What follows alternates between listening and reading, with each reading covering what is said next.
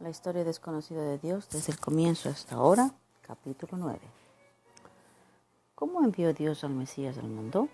Después de haber concluido su trabajo con toda la manifestación como el cielo, las aguas, los animales, etc., entonces Dios creó a Adán, entregándole por compañera a Eva, pero ambos cayeron más tarde en pecado, contrariando con ello el plan divino. Entonces Dios envió a una serie de intermediarios para que los reemplazaran en la misión. Y es por ello que el advenimiento del Mesías se considera como el descenso de un nuevo Adán, antes que éste cayera en pecado. Esto no significa que Dios destruyó al Adán original, porque de haberlo hecho implicaría el reconocimiento de su fallo en su capacidad creadora, y con ello hubiese destruido su propia obra, implicando con ello que Lucifer contaba con el poder como para influir en la decisión tomada por Dios, y esto algo que resultara ser incompatible con la idea del poder absoluto e infinito de Dios, ya que entra en condición con su propio principio creador, porque hasta ahora nada de lo creado ha descendido del cielo y no sucederá jamás. Entonces, ¿cómo envió Dios al nuevo escogido para que reemplazara a Adán? Para ello, Dios tuvo que crear un nuevo hombre del ya caído, y para ello tuvo que seguir su propio principio creador, como también el principio de la restauración transformadora. Para lograrlo, tuvo que hacerlo por diferentes etapas, partes por partes, hasta llegar al momento del pecado, reinvirtiendo precisamente el pecado, la caída, en desgracia de nuestros padres ancestrales. Este mecanismo le permitió a Dios revocar el fallo directamente en la fuente, como si la historia volviera a su origen, como por ejemplo sucede a través de una máquina del tiempo. Eso es algo que hoy día es posible demostrar científicamente. Eso no significó que el Mesías Jesús era idénticamente similar al primer Adán, pero sí poseía las cualidades que éste tuvo antes de poder de que desobedeciera el mandato de Dios. Este proceso, viviéndolo desde una perspectiva tecnológica, pareciera como un viaje al punto de partida, al pasado, pero en realidad en un acercamiento al futuro. Por ejemplo, si tú vives dentro de una casa, la cual posee dos puertas, si quieres dejar la casa y cerrar una de las dos puertas, tienes que girar la llave hacia la derecha, pasando la puerta a estar cerrada. Luego, si quieres volver a entrar en la casa por la misma puerta que saliste, para hacerlo solo tienes que revertir el proceso anterior girando la llave, esta vez hacia la izquierda, y automáticamente la puerta quedaría abierta. Si observas, en esencia, lo que tú has hecho es restablecer la condición que la misma tuvo antes que abandonaras la casa. Y esto es lo mismo que hizo Dios para restaurar el error de nuestros antepasados. La circunstancia es la misma, aunque el tiempo durante el cual la acción se lleva a cabo no es el mismo. Recordemos que bastó con el giro de la llave en sentido contrario para volver al punto inicial de la acción. En el Antiguo Testamento encontramos la historia completa de cómo Dios intentó revertir la influencia de Lucifer, que Lucifer ejercía sobre el hombre que Dios creaba, corrigiendo la errónea decisión de Adán en orden de preparar las condiciones para el recibimiento del Mesías y el escogido por Dios para que finalmente restableciera el vínculo entre Dios y su creación.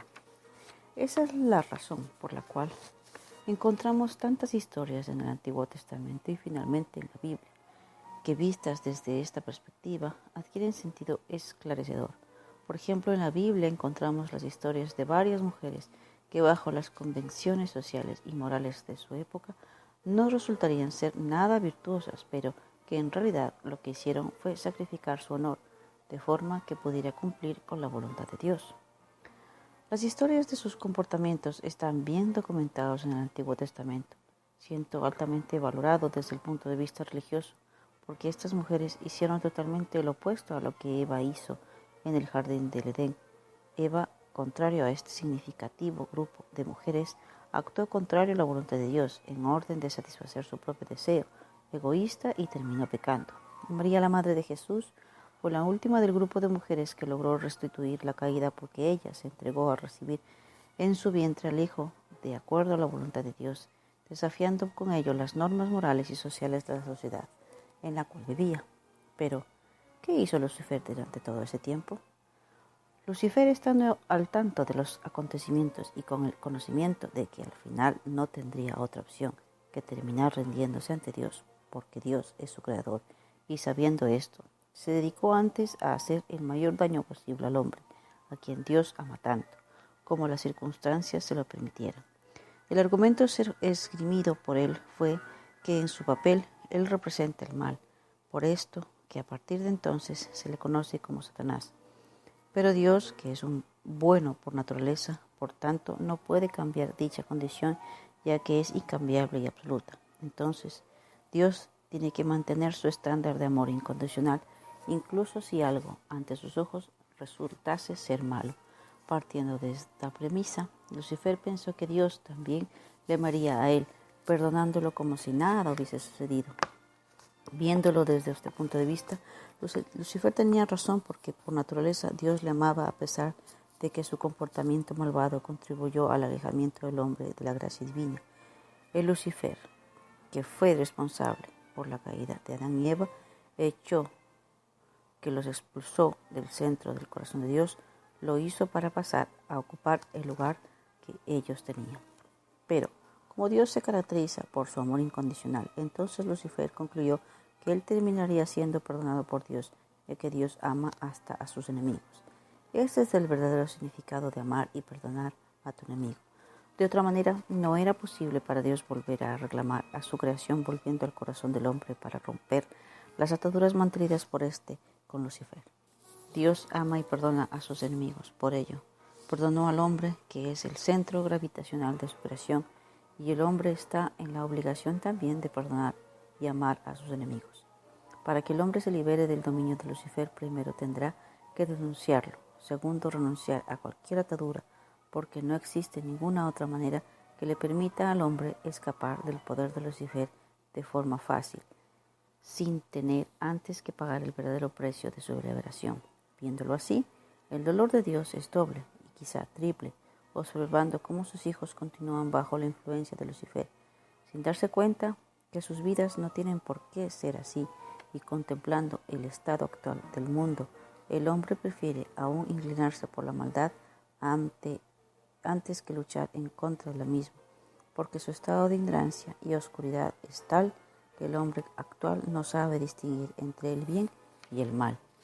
El hombre y su descendencia están todos en la misma condición, porque pertenecen al mismo linaje y pecador y descarriado, que en su estado de confusión continúa tomando decisiones que contribuyen a un modo de vida prácticamente malvado y destructivo. Podemos decir que hasta ahora el advenimiento del Mesías, el mundo, seguirá por el mismo derrotero hasta que él, el Mesías, le muestre al mundo cuál ha sido la causa del pecado o caída, conduciendo a Satanás ante Dios para que sea juzgado, y el Padre decidirá qué hará con él. Solo así el hombre podrá notar la diferencia entre el antes y el ahora.